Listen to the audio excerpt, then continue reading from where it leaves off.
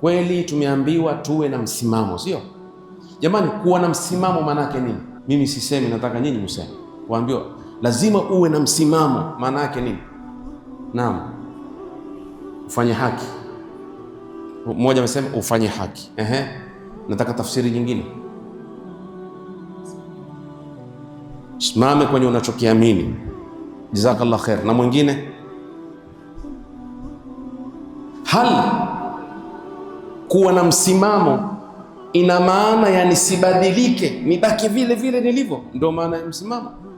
Sababu kwa maana hii wengi tumebaki katika upotevu.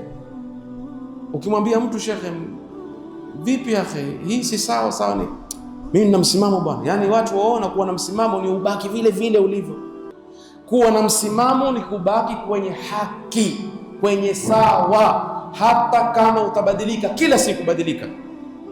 Leo naona haki ni hii, kesho nimeona hii si haki, haki ni hii, nitachange. Hii ndio haki, na huko ndio kuwa na msimamo.